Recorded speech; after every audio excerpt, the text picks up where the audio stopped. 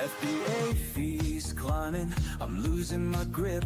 Storage costs rising, they'll never let me skip. Refunds I'm eating, returns pile up too. Oh, Amazon, what else will you do? I look at my dashboard, my profits erased. My margins are gone, it's a slap in the face. Prime Day's a promise, but it's such a race. How much will I make if I'm replaced? It's a cruel, cruel number. Fees keep climbing, profits torn asunder. Oh, it's cruel. The sellers wonder how to survive when the margins go under. It's a cruel, cruel number. Every month it's something new to plunder. Oh, it's cruel. It's no wonder we're stuck in this game. The algorithm's thunder. Yo, Amazon's back, and they got a new scheme. Reimbursement slashed, it's every seller's dream. They're digging deep, taking more from the pot. Let's break it all down, expose what they got. March 25, it's a policy drop. They say manufacturing costs, but we know it's a flop. Give us your cogs, they're demanding the price.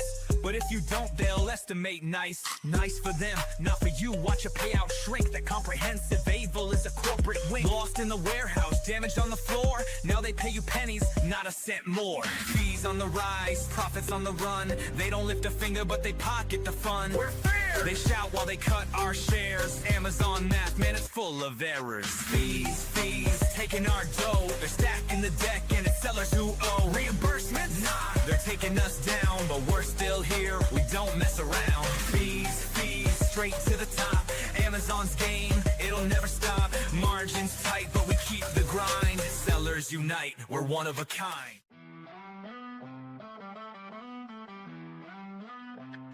I try to sell my product on Amazon, thought it'd be a breeze. But little did I know I'd be stuck with seller support disease. They never seem to solve my problems, just give me the run around. I'm tired of waiting on hold. My patience is wearing thin, I'll never be found. Amazon seller support, you suck, you suck, you suck. Can't get no satisfaction. I'm out of luck, out of luck, out of luck. You don't care about my business, just trying to make a buck. Amazon seller support, you suck, you suck, you suck. This one's for the sellers on the grind, getting left on red, wasting all their time. I hit up support, got an auto reply. Thanks for your patience, man, I wanna cry. Inventory lost, my margins are toast. Reps playing tag like the Casper the Ghost. They pass me around, it's a never-ending game. Nobody takes action, everybody shifts blame. My ASIN's down, I'm out of the race. They say they'll escalate, yo, what a disgrace. Amazon seller support, you're breaking my heart. No answers, no fixes, just tearing me apart. Hours in the queue, stuck in the dark. Amazon seller support, you're missing the mark. Amazon game plan, that is the key. Seller Central dashboard, that's where I be. Analyze the funnel, see what we lack, then we optimize. Sellers know it's a fact. I get it poppin', you know that it's lit. Climbing the rankings, ain't no room to quit. I check the data, they notice the stats. I keep the method, that's how you adapt. Metrics are showing, you know it's our cap. Amazon sellers, it's time to react. I'm about that action, I do this with passion. I got them like, whoa, what is this? Huh, whoa.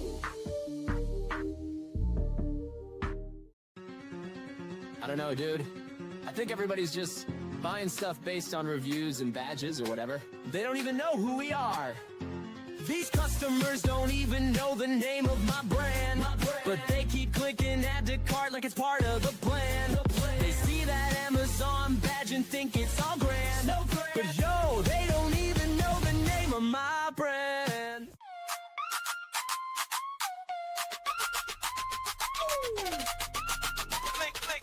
Click, scroll, build your store. Amazon's waiting, what you waiting for? Brand it loud, make it shine. Steven's here to drop the rhyme. Blue tiles, banners, plug and play. Your storefront's live, let's sell a day. Now listen up, I'm Steven Pope. Amazon guru, I'll help you cope. Step 1, get that trademark stamped. Without brand registry, your Amazon cramped. Head to Seller Central, log in quick. Manage stores tab, yeah, that's the trick. Upload your logo, flex that style. You're about to make Jeff Bezos smile. Where pick a template, marquee or grid. Drop your tiles like a branding whiz. Hero image, big and bold. This store's gonna glitter like digital gold. Flex, grow, build your store. Amazon's waiting, what you waiting for? Brand it loud, make it shine. Steven's here to drop the rhyme. Blue tiles, banners, plug and play. Your storefront's live, let's sell today. Yo. In the trenches of the Amazon game, trying to survive while it's driving me insane. Nobody warns you, they just claim it's passive income. Nah, it's pain. I'm sitting at a birthday, laughing, chilling, next to a newbie Amazon seller spilling. She's like, Prime so smooth, it's a killer. Then tried to sell, now she's stuck in a thriller. Finding products, yeah, that's the first grind. Scrolling Alibaba, losing my mind. Sample suck, manufacturers decline. I'm like, dang, how's anyone doing this fine? Ship it in, pay for the bubble wrap, but they ship glass bottles in padded crap. Now I got hot sauce leaks, refund stacked, customers pissed. Man, I'm under attack. Amazon's a beast, it's a fight, no peace. From SEO to PPC, the hustle don't cease. Think it's passive? Nah, you better increase your tolerance for chaos or face defeat. Trademark wars, brand registry's a scam. They banned my brand, now I'm in a jam. Listings yanked, products ranked and tanked. Lost dogs in the catalog, my account shanked. Now let's talk ads, it's a rabbit hole. 1,000 hours deep, man, it's taking my soul. Weekly negations, bulk sheets for control. Excel's my new weapon, but it's taking its toll. SEO's no joke, keywords in the game. Alt text, A+ content, playing insane. Lifestyle shots, avatars for fame, but the CTR's low. All products look the same. Amazon's a beast, it's a fight, no peace. From SEO to PPC, from SEO to PPC, the hustle don't cease. Think it's passive? Nah, you better increase your tolerance for chaos or face defeat. Let's go to Mac School. To Mac School. Class is now in session with Professor Pope.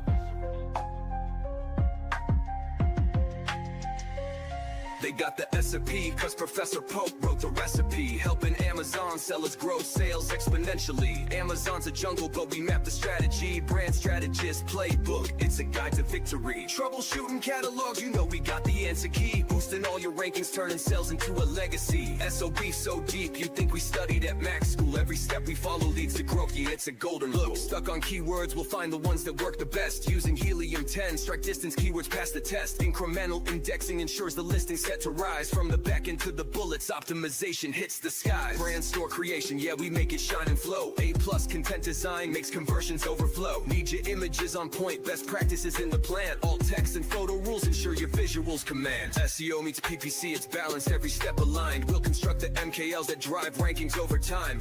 Budget caps and bid adjustments, no more wasted spending. Segmentation builds campaigns that sellers can defend. Got a hijacker, no problem, we'll file to take them down. Review requests in action, 5-star ratings come around. Flat file updates, market share reports, it's all in reach. Professor Pope wrote the SOP so sellers learn and teach. Meanwhile, my Amazon guys on the case, fixing up my problems at lightning pace. Ticket escalations, Mag's the boss. Even Amazon says we'll take the loss. Seller support don't know what's up. Passing the buck when the issue gets tough. They're the official team, but they can't comply. So they say, reach out to my Amazon guy. They're supposed to be the pros, but they can't decode policies and tools from their own damn road. I'm paying fees, yet they bring me stress. But Mag turns my chaos into pure success. Seller support reps, they throwing shade, but then admit, yo, Mag will get you paid. Third-party agency taking the throne while Amazon fumbles in their own damn zone. Seller support don't know what's up. Passing the buck when the issue gets tough. They're the official team, but they can't comply. So they say, reach out to my Amazon guy. So here's the truth, let's keep it real. Mag's the team with the pro-level skill. Amazon sellers, you know the vibe when support says call Mag. They'll give you peace of mind. Amazon seller support, you can suck my image stack. Sucking is all you're good at anyway. Bezos, hit me up if you want to sell seller support. I'm buying. There's a Jace. Peace. Hello and welcome to the My Amazon Guy Friday live Q&A. My name is Noah Wickham. I am on a walking pad today because I'm trying to get my steps in here in 2026. And, I thought what better way than, I'm going to be here for about an hour answering everybody's questions, and why not get some steps in while I can? So I'm going to be doing this, and you guys can sit there, ask some questions. I'll answer everything as they come up. If you guys have any specific needs, questions, wants, desires, throw them into the chat now. I will get to them as they come up. So without further ado, first question came in half an hour early today. So we're kind of early. Let's look here. Hi, I am going to launch my own products, so I have experience. Let me know your thoughts, how much inventory I send to Amazon warehouse for testing. Okay, so there's always a couple of rules of thumb when you're talking about your first inventory purchase, right? One of the major things to look at, what is your MOQ? And for those that don't know, MOQ is minimum order quantity. The reason this is important is that a lot of different products will have different MOQs. Smaller products typically are going to be thousands of units, whereas larger products you can have as few as 10, 20 units, right? So why does that matter? Because when you're figuring out what your first initial purchase is going to be, you need to actually say to yourself, how much do I want to spend? What is the MOQ? And then finally, look at your market share. How much do you want to sell in your first 90 days? If your lead quantity time is, let's say, 30 days, you want to have a smaller overall amount that you send in. If it's 60 days, 90 days, you want to stack up for that. So usually most places between 500 and 1,000 units, that'll get you going. Let's see. Hello, Zeb. Good to see you. Good to see you. Zeb asks, is there any way to request Amazon to remove or transfer some of our FBA inventory from one country to another marketplace? No, not really. The only way you could do this, Zeb, would be to do a removal order. Realistically, is, you can do a removal order. I guess technically speaking, the only real way outside of a removal order is basically take all of your inventory and create one really, really, really large order and have that order go specifically to the place that you're trying to send it to. That's the only thing I can think of. Removal order will probably be best for you because then you can have it removed, get all of the inventory in one place, create an FBA shipment, send it out the way you normally would. So unfortunately, there's not a way where Amazon's interconnected like that. If you had AWD, you could do that, but if it's already in FBA, there's not that option. Could you please recommend any reliable and affordable third-party fulfillment centers in the US? Yeah, a couple of ones that I like. Zon Prep, they're great. Go check them out. You can also check out AMZ Prep. My FBA Prep is another one.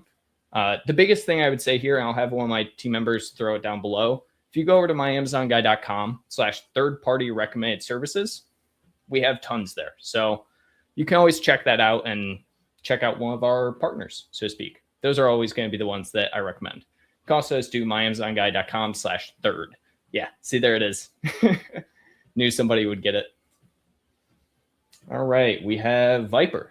Hi, Noah. Happy Friday. Happy Friday, Viper. Viper, I have two different products in the same category. One was new and had a great launch during December. New one had a BSR of 5,000, the old one 40,000. Oof, that's high, very high. Is that, Viper, real quick, is that also your parent level category or your subcategory? New one has 3 ratings and the old 140. Should I merge them to get the reviews on the new item? I want to phase out the old one. When the old one goes out of stock, will the reviews stay on the new item? Will sales rank drop when linking to the old? When should I add a new color variant? Okay, so let's stick to this first. So basically, should you merge? Should you keep it on? Should you not? Well, a couple of different things. First and foremost, Amazon just announced their new review policy with variations and parentages. If your new variation does not match color, doesn't match size, it doesn't match any of those, the reviews aren't going to matter come February. So if you didn't watch my new video on that Viper, I would go watch that video. I go in depth on all of the different categories, different types of variations, what you should be looking at. The second part there is the aspect of like what happens when you go out of stock. As long as the product is kept on the parentage once it's out of stock, all of that history, the SEO, the reviews, everything stays on that parentage. So the big thing is just going to come down to what is your variation theme and if that's going to keep reviews here come February. We have Viper again. When should I add a new color variation? My main one is doing 1K sold a month. What's a good amount to get a new color variation? I think that's more of a, it's not necessarily like a fully data-driven perspective, right? So I would definitely look at competitors, see what color variations competitors of your product have, how they're doing from a sales perspective, and get an idea of your specific color is one that people typically want. Is it black? Is it red? Is it blue? Who knows, right? But people have preference at the end of the day. You know, the number one color variation all the time is black and white. People are afraid of getting too popped with the color, right? I mean, I'm wearing a black t-shirt. So depends on the product at the end of the day, but I would look at your competitors and see how their different color variations are doing. There's not really necessarily a sales amount you need to have to say, I should do a new variation. It's really going to be dependent on your specific product and how the market and your competitors are doing as well.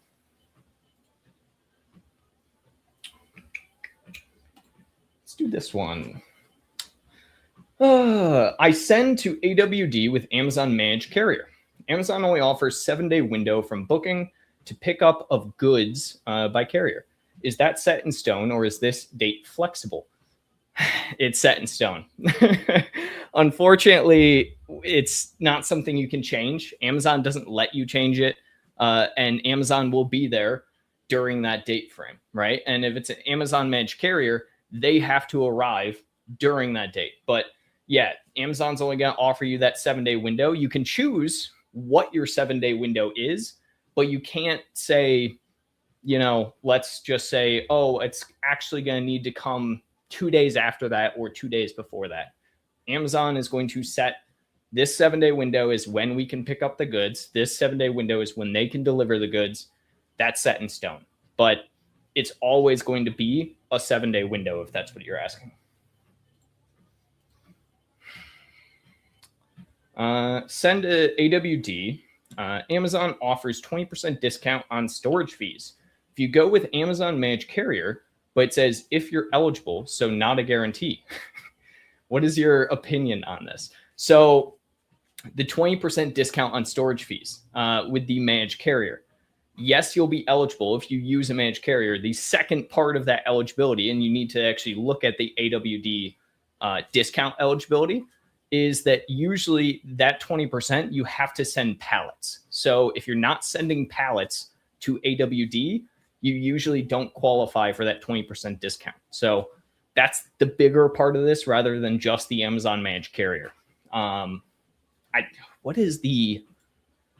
There's a specific link I can send here for the AWD side. Let me see.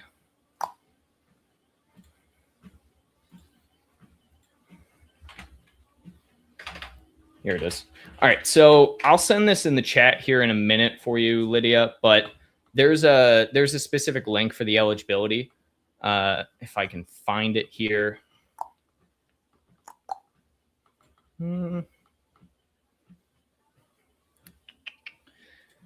I don't have it just offhand. What I'll do, Lydia, if you send a message over to podcast@myamazonguy.com. Oh, never mind. Found it. Let me share my screen here. Here we go. So whenever you're looking at this, you're looking at the Amazon managed rates, right?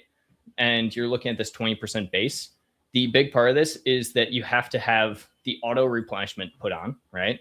You have to have at least 70 compliant historical days of supply, and you have to send using Amazon managed services. So as long as you meet these requirements, as well as obviously the palleting of your product, you'll get this percent base off essentially. So Those are the requirements. As long as you meet that, you'll be good. Birthday today. Well, happy birthday to you. Glad you're spending it watching me walk on a treadmill and answer questions. Let's see. Lastly, in sending to AWD, Amazon Managed Carrier, Link Trans is consistently less cheaper than others on the platform by a lot. I think you mean is more cheaper? Is just cheaper? In your opinion, are they a reliable carrier?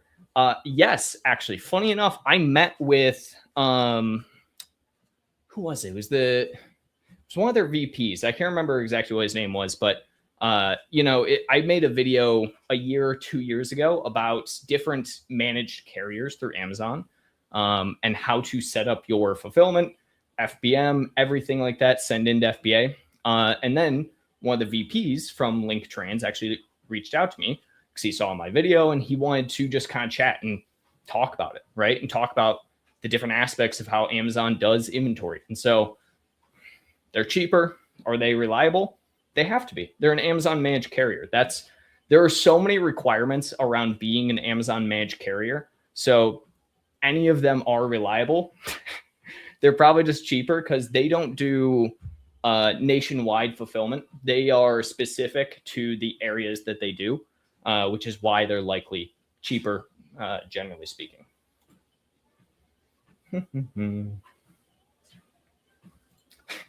I'd be out of breath by now. It's funny. It is not easy talking while also walking, but it's also probably good for me to, get the reps doing that. It's probably good for, I don't know, my health in some way, but I've been doing it more and more on calls lately. So does it mess anything up to pause a keyword in one campaign that's been running for a year and add it to the same type of campaign with less keyword? Yes.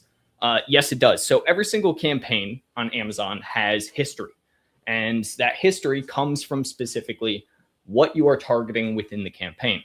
Whenever you're looking to move keywords around campaigns, I am never going to advise moving a top performing keyword out of a campaign into a new campaign. Instead, you want to move any low performing keywords into their own campaign. So keep your keyword in its campaign. Don't touch it. If you're trying to, I guess, make like two campaigns that work really, really well and merge them, I would actually say just do a portfolio and then put both those campaigns under the portfolio, and you can basically manage them from there. So it's probably the better way to do it, Robert. Water break.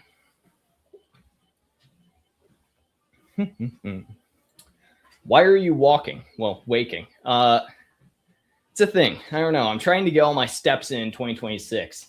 We have a big culture here at My Amazon Guy of like health and fitness. And we also believe obviously in like culture being top down. And so I'm trying to reiterate that to, obviously the teams and whatnot. And it's an hour that I would be just sitting here talking. And so I figure, why not make the most of that time? And instead, I'll talk to all of you, answer your questions while walking. So simple as that. Also, probably get out of breath here at some point in time.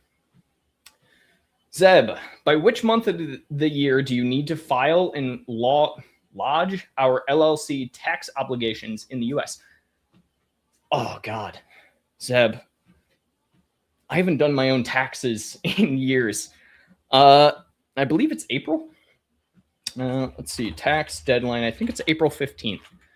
It is Wednesday, April 15th, 2026. Now, a couple of key points here.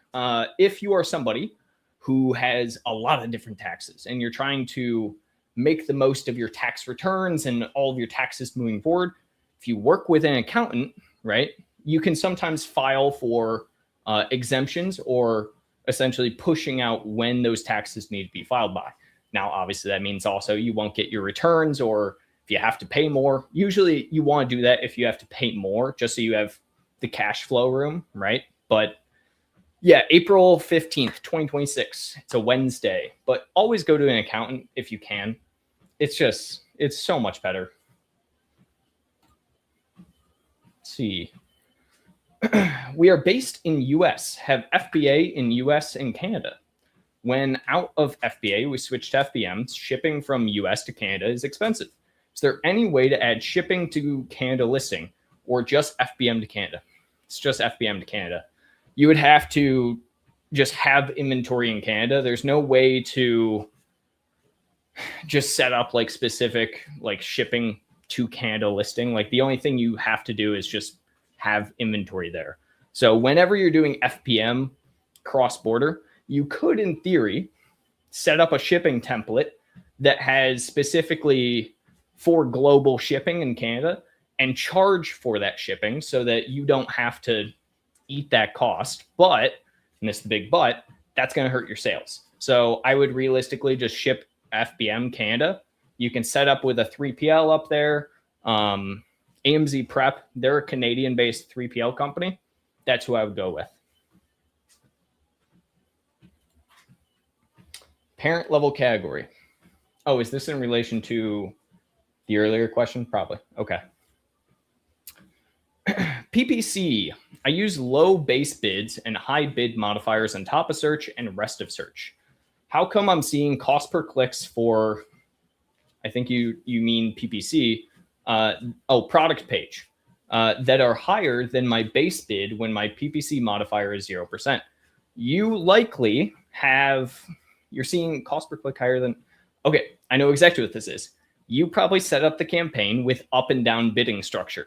I am a big fan of bid adjustments being down sell only or down bidding only. But if you set up, and this is exactly why I hate up down, it allows Amazon to modify your bid to go up to try and meet a certain threshold or go down if it doesn't meet a certain threshold. So that's likely what's happening here. I would look at your specific overall campaign level, but you probably set up with your bidding being up down versus just down only. Hi, Noah. When a search term shows strong conversion but low impression share, do you prefer bid escalation inside the same campaign or isolating it into a single keyword exact campaign? Why? I mean, typically speaking, and this is going to be, I think, a little different based on the scenario, but typically speaking, I'm going to probably isolate it into its own campaign. So it really depends on what type of keyword it is. So if we're looking at, for instance, a very, I hate saying the word broad because it's a modifier, right? Or a targeting type. But if you're looking at a broad keyword, more like a very generalized keyword, it's a one keyword, right? So it's not a keyword phrase. It's just one keyword. I'm typically going to push that into a broad campaign. If it's a keyword phrase, so let's say 3 or more keywords in one phrase, I'm going to push that into an exact match campaign. And yes, I'm just going to push them into their own campaign. It'll be single keyword. It'll be a little bit more to manage, but you get the most, bang for your buck in that way. I don't know if I'm going to do this walking the whole time. It's a lot harder than I initially anticipated, being, very up, I suppose. I want to join your team. What do you see in someone while hiring? Well, first and foremost, anybody who wants to join our team, we take everything from experienced people all the way down to interns, paid internships. So if you want to even just learn Amazon or anything, or you're just getting the ropes, apply. Go to myamazonguy.com/jobs, and you can apply to join our team. What do we look for in people? A lot of it usually will come down to a couple of things. One, we do culture index, and we want to make sure everyone's culture fit. We want to make sure that people are tech savvy. They meet our core values. So our core values would be tech savvy, learning, consistent communication, teaching, and then eagerness. So those are our 5 core values. So be eager, be open to learn, be tech savvy. Tech savvy basically means you can type and you have 2 monitors or more. You have a good computer setup, things like that. Hi, bro. What's up? I'm gonna answer Viper here. What Amazon workshops will you be attending this year? Ooh, great question. So I've actually been figuring that out pretty much this week. So tomorrow I will actually be leaving for a non-Amazon workshop. It will be a meetup in California for founders, ecom founders. I'm meeting up there, so I'll be doing that one. I'm looking at potentially doing Unboxed this year, probably Accelerate. I'm probably going to go to Arif's SEO conference. I'm going to be going to, not Prosper. What's the one after Prosper? There's one after Prosper. I can't remember what it is, but I'm going to that one. I'll probably be going to Rice as well. So I have a whole list. What I'll probably do, Viper, is I'm probably going to post it on my LinkedIn, and then I'm also going to have us have an events page on our website that you can go check out just to see what are we going to, what do we think makes sense, why aren't we going to other ones, so on and so forth. I don't like Prosper. It's not that I don't like Prosper. It's just that I think Prosper, it's way too service provider heavy at this point. It is no longer an event, in my opinion, for brands. It's an event for partners and, you know, people like myself in the industry, which I don't have any care for that, to be entirely frank. But I want to go talk and shake hands with brands. I want to talk to the people that matter, in my opinion, and not that they don't matter. Partners don't matter, but it's one of those that I can talk to them anytime. I can only get FaceTime with brands so many times a year. Hello, Noah. How are you, bro? I'm sending goods to China to US or from China to USA for FBA. Can we choose warehouse manually near the port? If yes, any video for my Amazon guy and how to do that. So first and foremost, you don't choose a warehouse for Amazon FBA. They will designate which warehouse you send to. So no, you can't choose the FBA. You can, however, obviously choose the port, where the product comes in at, the customs facility, all of that. But you can't choose the FBA facility and hope that it's one close to the port. That's where LTL comes in, and you're going to have an LTL carrier take it from the port to the FBA facility.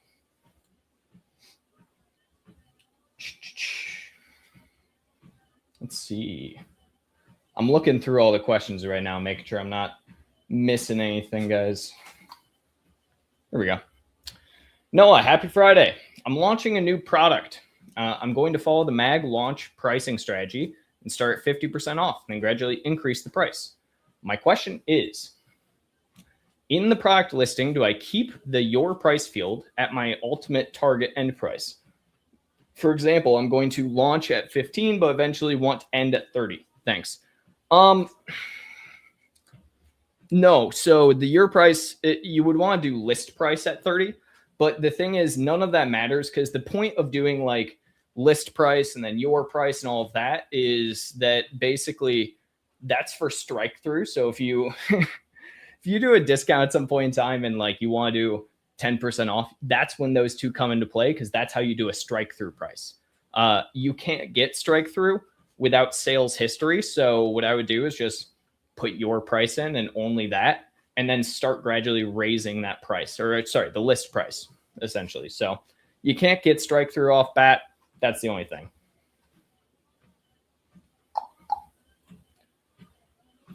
If you can't use bid automation tools, how do you manually daypart sponsored products without destroying algorithm stability?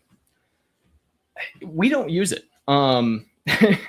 We don't ever use like bid automation tools. We do everything manually. So how do you daypart with it? Amazon has dayparting built in. The only thing is that they don't have dayparting based on bid. They have dayparting based on budget, which that's probably more impactful to me, right? And especially if your targets are set up with like down only for your campaigns for budget or bid adjustments, you shouldn't have to be dayparting your bids. You want to daypart your budget because you just don't want to be spending budget when you're not going to be getting sales. So download a campaign level report from an hourly basis. Look when you're getting clicks, but no sales, and then just daypart for that specific area of the day. All right. I've been walking for, I have a little timer down here, an hour and 15 minutes. So we're getting our steps in today, boys. Hi, Noah. In a video, you mentioned that FBM requires a valid tracking rate. Yes, it's on your account health for anyone that doesn't know. And that if it drops, our account might get suspended. My question is, if it drops, how to improve it? Just get more valid tracking. This is always a really tough question because the answer is sales and following the metric. There's not like a way to retroactively get these metrics improved.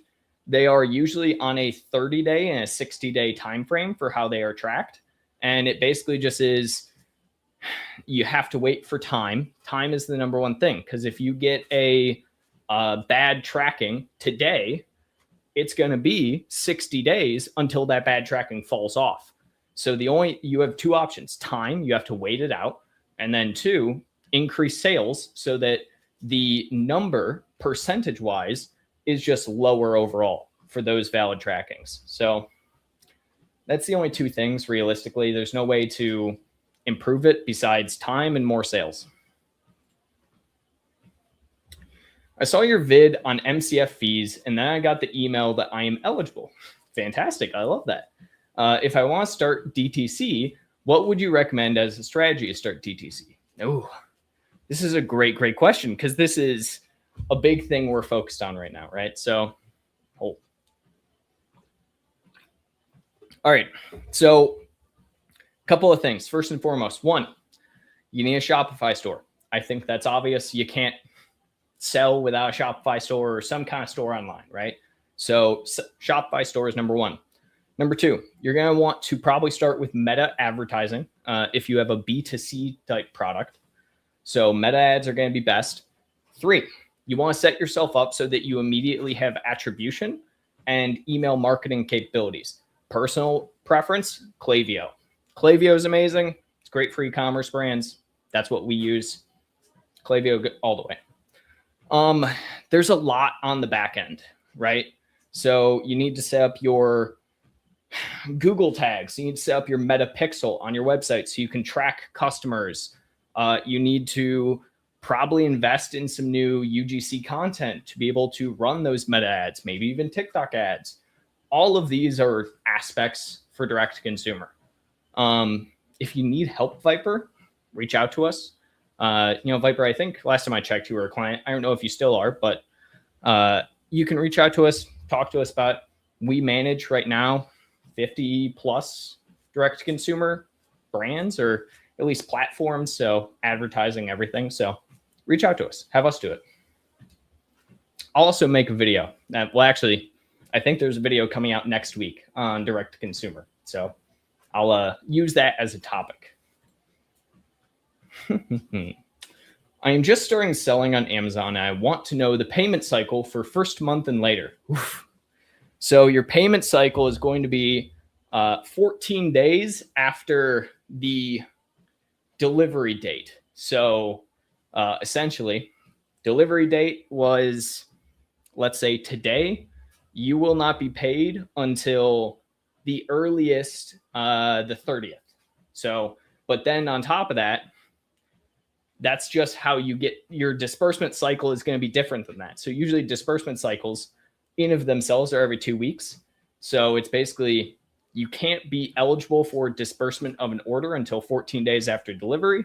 And then from there, there's a disbursement cycle every 2 weeks. LMAO, I suppose that could be considered rather sad, but still early, and I try not to miss the show if I can help it.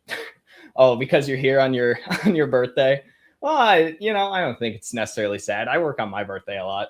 It's one of those, I think the older you get, the more it's like, after a certain age with birthdays, it's pretty much you get like the decade years, and outside of that, it's like, who cares? At least that's my thing. Let's see. Robert, how many words do you like in a campaign? I think you mean targets, 5 to 10. 5 being perfect, 10 being on the high end. Anything past that, and you probably have too many targets in a campaign. unless it's like a gold panning campaign where you're trying to just see anything and everything that's out there.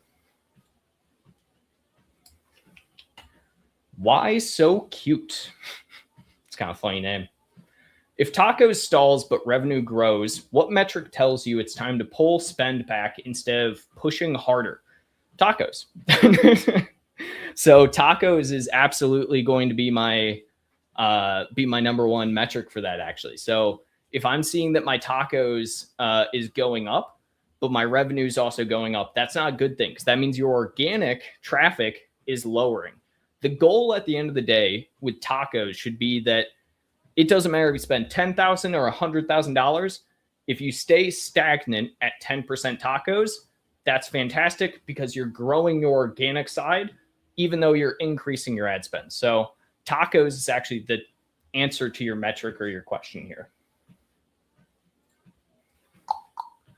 For branded keywords, what is the best campaign structure?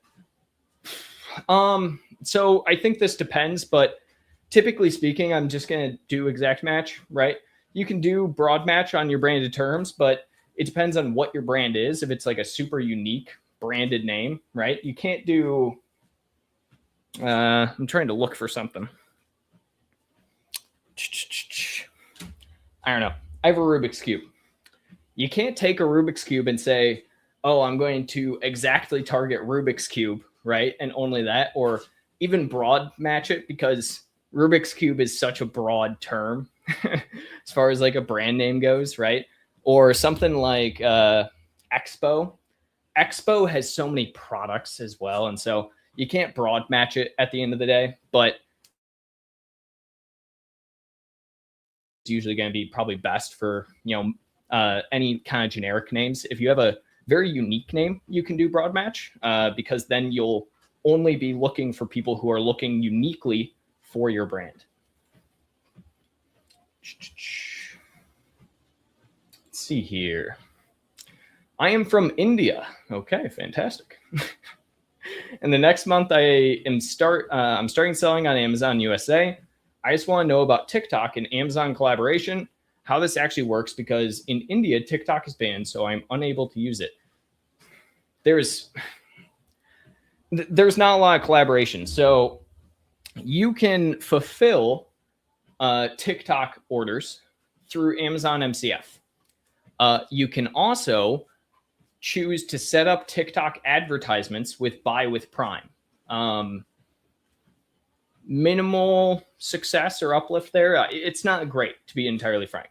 Now, TikTok advertising, like UGC content, influencer content, always works, right? You can always utilize that to bring up brand awareness and push that to Amazon. 58%, everybody hear this, 58% of online purchases start with a search on Amazon, which means that any form of off Amazon brand awareness you do is going to subsequently raise your overall search volume on Amazon. So that's the real point and the real aspect of doing off Amazon brand awareness campaigns through influencers.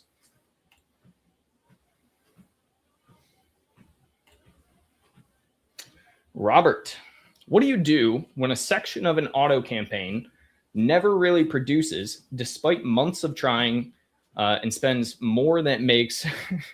Assume okay to shut it off. Yeah, it's okay to shut it off, Robert. You should never use auto campaigns as like your primary revenue driver. Auto campaigns have two use cases. One, incremental sales, right? At a very low bid cost. That is like the key point of an auto campaign. Super low cost per click, but gets you incremental sales.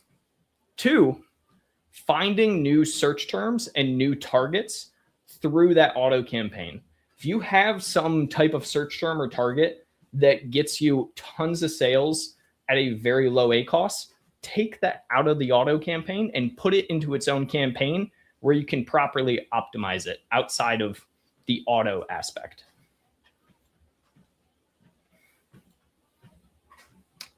Thanks for the previous answer. I meant to ask, on an ASIN, is it possible to FBM to US, but not FBM to Canada? Because shipping is so expensive. Thanks. Yeah, technically you can. You would just have to turn off international shipping for your shipping plans. Pro con, you don't international ship anymore, right? Would be kind of the pro there. Con, loss of sales volume. You might lose some searchability. You might lose some targeting, but if it's too expensive, it's too expensive. So you can turn off that international shipping. That's not an issue. But then again, you're not going to be showing up in Canada where you could get more clicks, more conversions, things like that. How do you stop Amazon from drifting exact match campaigns into loosely related terms after long-term spending? I think what you're asking is like, how do you make sure your targets and everything stay exact? And the answer is just negations. You should be negating at a bare minimum all of your campaigns. You should be looking at negations once per month. Personal preference once per week, and then go through once per month for looking at lifetime value of anything you negated that month to see if it actually was something you should have negated. But you should always minimum, bare minimum, once per month for negations. When sending 2 containers into AWD, is it better to send both containers on one shipment or each container in its own shipment? I don't think there's necessarily an answer here. It just comes down to pricing, right? That's what I'm going to look at always, right? Is it cheaper to send one or is it cheaper to send 2? And it will depend. It depends on how large are your shipments, how large are the containers, right? How many products are in each one? So I would do that calculation, do that math, figure out what individually it costs, what it costs together, and how much that's going to raise your overall landed cost of goods. And that's the number you want to care about, is what is your overall landed cost of goods with both options. That'll tell you which one to go with. Let's see. Some people say that it is profitable to have reviews before launching a PPC campaign. How do you proceed concretely? I don't know this word. I don't know what concretely is. Do you start selling being out of stock? Well, first and foremost, when you launch PPC campaigns, your PPC campaigns will not run if there is no ability to purchase your product. Let's say that you run out of stock, your PPC campaign instantly stops delivering. You cannot spend money on a PPC campaign that doesn't have product, right? So it's very different from like meta ads, where you can run an ad to a landing page where you're out of stock and keep spending. Amazon doesn't do that. Turns off the second the product is out of stock. What you're probably asking is pre-orders, which, yes, I would encourage ads during that pre-order phase, because that is still kind of like that honeymoon phase, so to speak, where you are able to get orders in. You're just going to have probably a pretty low conversion rate because it's going to be a couple of weeks for shipping time, even though it's Amazon Prime. So you can, but it's not necessary. But I would advise it if you have the ability to.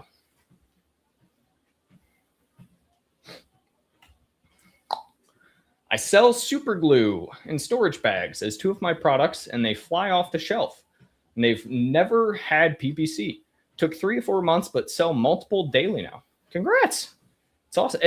There is like no bigger win in this day and age than just organic sales. Everybody wants organic sales, Everybody wants to just have the basically free money, so to speak, that is organic sales. I've been selling a single product FBA for the past 4 years. Sales are in the low 6 figures annually. I think I'm ready to sell the business and move on. In your opinion, what would be a fair asking price? This is so hard for me to answer, Tony, simply because there are so many variables. Now, what I would recommend, what I would really recommend here would be to reach out. We have a partner. If you send an email over to us, podcast@myamazonguy.com, we have a partner, Quiet Light. happy to make introductions. This is all that they do, is basically valuation businesses, then help them get sold. There's so many different things. What is your average profit margin? How much are you spending on advertising? What has your growth been like? What is your cost of goods? What does your manufacturing process look like? There's so many different variables. It can range anywhere from a basically 1x of annual gross all the way up to 10x, right? It depends on the business profitability and returns at the end of the day. Said nickel. What courses or workshops do we need to do in order to be extremely proficient with PPC? Boy, do I have the thing for you. So I have 3 things in particular, Nickel. Number 1, head on over to mag-school.com and check out our PPC courses over there. We have a beginner PPC course and an advanced PPC course. Check them out. They're great. Number 2, we just launched our 2026 PPC guide. If anybody hasn't seen that yet, I would really encourage you, go download our 2026 PPC guide. That is, you can find it on our website. You can probably find it in links down below this video, everywhere. It's amazing. Go check it out. 3, I'm releasing a video next week going over basically 2026 advanced PPC strategies. It's something that if you guys aren't subscribed, you don't watch the channel often, keep an eye out next week. This video is going to be everything you need to know. If you're spending more than $5,000 to $10,000 a month on ads, you want to see this video and you want to understand everything. So keep an eye out next week on our channel, and that'll be released. Let's see, M2, YouTube M2. Okay, it's a name. Hi, Noah. Any idea why a product wouldn't rank for a specific search term? It's indexed, PPC is running and serving ads, and there is a significant amount of sales for that search term. Yeah, a couple of different things, I guess. So 1, you can have a lot of sales. That doesn't necessarily mean that you have enough sales to rank, right? So that's a big part of it. 2, relevancy. So you can be getting sales incrementally, but that doesn't necessarily mean that it's still super relevant to the product. 3, you don't have that actually in your front end copy, which if you really want to rank for it, it needs to be in your title, your bullet points, and your description, as well as on your back end. So make sure your SEO is updated for that. Because if it's not, you're just going to be paying for those sales forever. Yeah, those are probably like the big factors that I would go check for it. There's a lot of different reasons around the algorithm, but as long as you're getting sales, you're getting clicks, it's in your SEO. Time is also a big factor. So a 30-day period is how ranking works with the algorithm for indexed versus ranked. So keep an eye on it. Water time.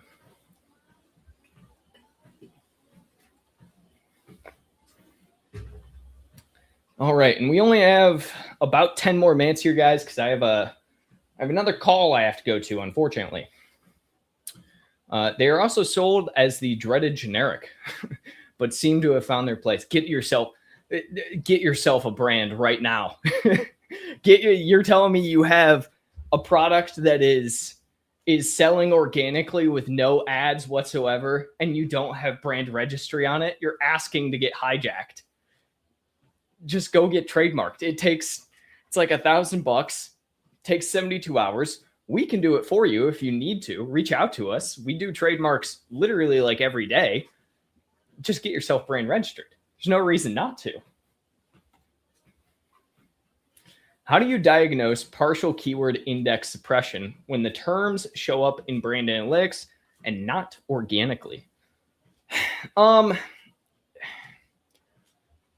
So 2 different things. And this probably actually goes back to like M2's question, right?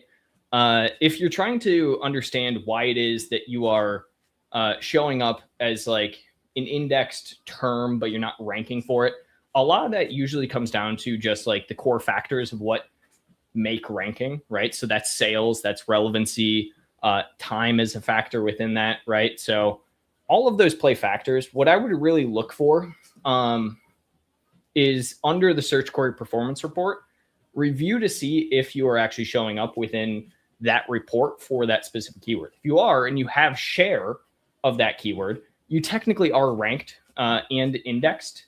It's not like partial, but your ranking could be 287, right? Which means that you won't show as ranked, but you actually are ranked, because ranking is technically anything up to 500. But in this day and age, it's really up to 250 because of how Amazon's catalog works, where it will only show the first 250. Some instances only shows the first 100. So you could be showing technically as ranked, not indexed, but you won't actually show that ranking. Okay, I'm gonna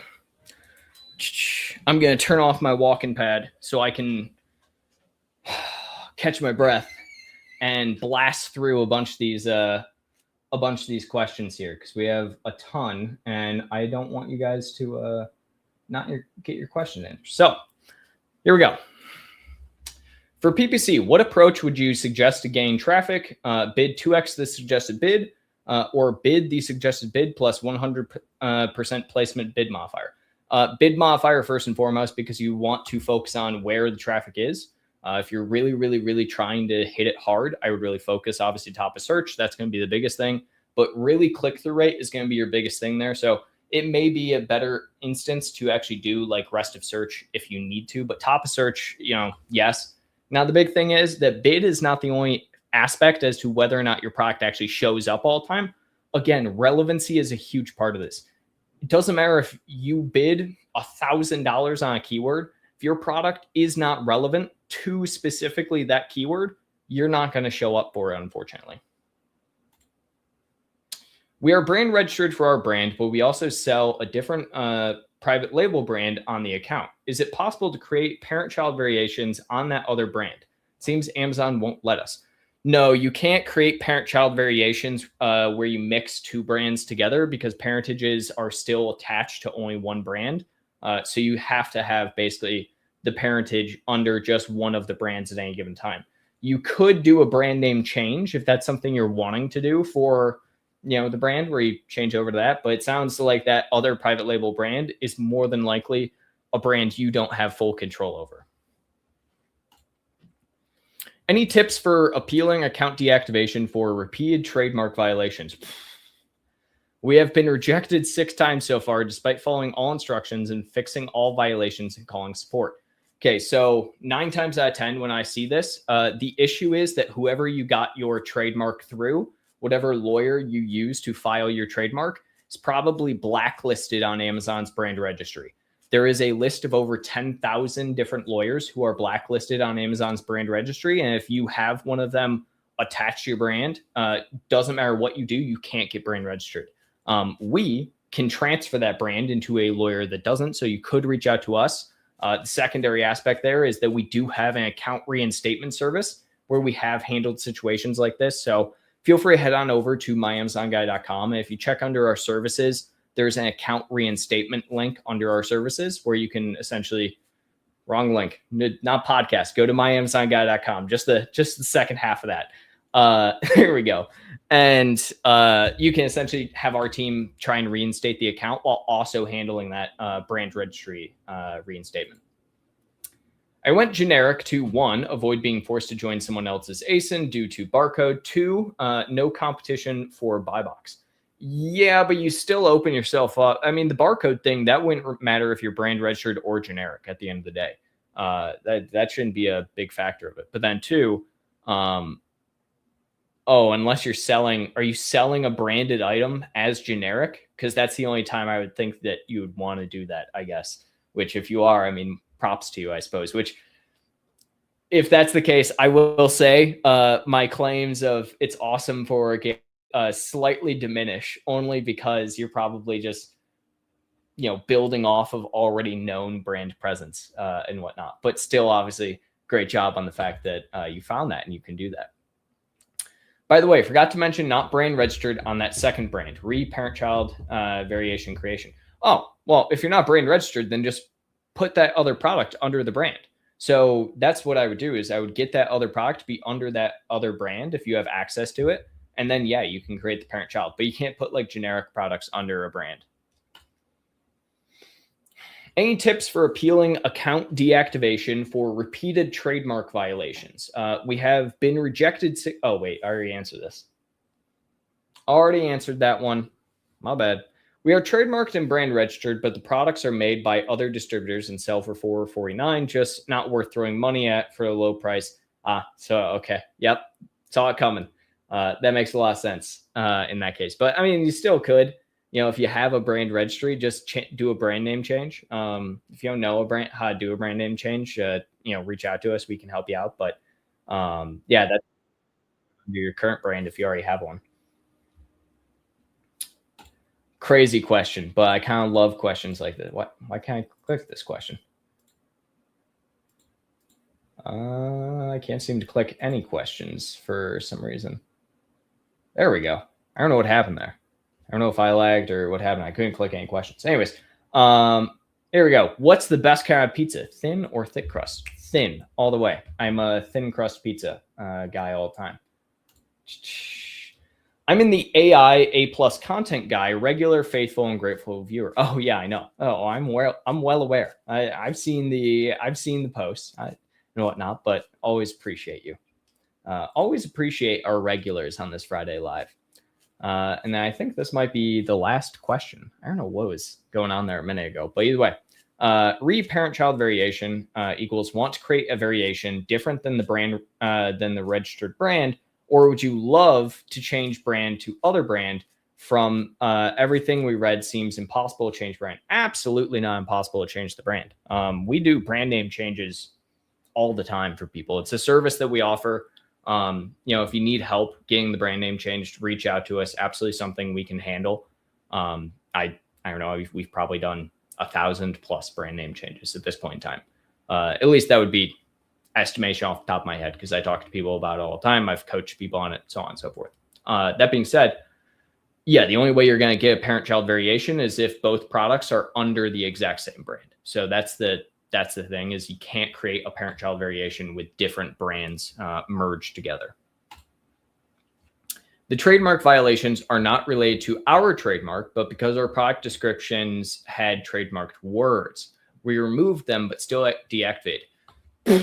Even easier. So Nelsino, I don't know how to say it. Yeah, reach out to us. This is actually even easier for us to handle. This would be under, if it's like a product thing versus like an account thing, listing reinstatement service. So yeah, this is actually way, way easier than the initial thing that you said and whatnot. So yeah, if it's just been an issue with like SEO and having trademark terms and you got like, IP violation or anything like that, reach out to us.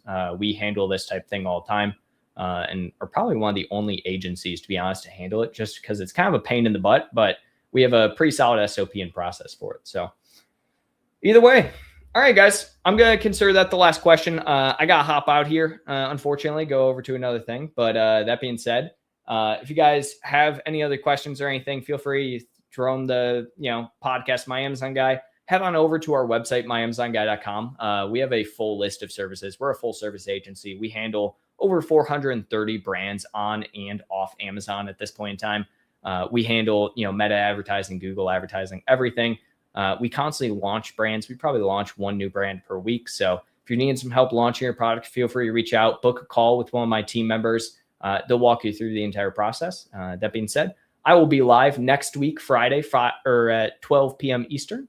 And other than that, hope everyone has a great weekend. And go follow my LinkedIn, my Amazon Guy LinkedIn and whatnot, and also subscribe to our YouTube channel. I'm going to be throwing out a ton of content at this event that I'm going to be at over the next couple of days. I'm going to be talking to many multi-million dollar sellers per month and everything. So it's going to be one of those great things, get a bunch of internal insights and whatnot. And yeah, hope everyone has a great weekend, and I will see you guys next time. Thanks, everybody.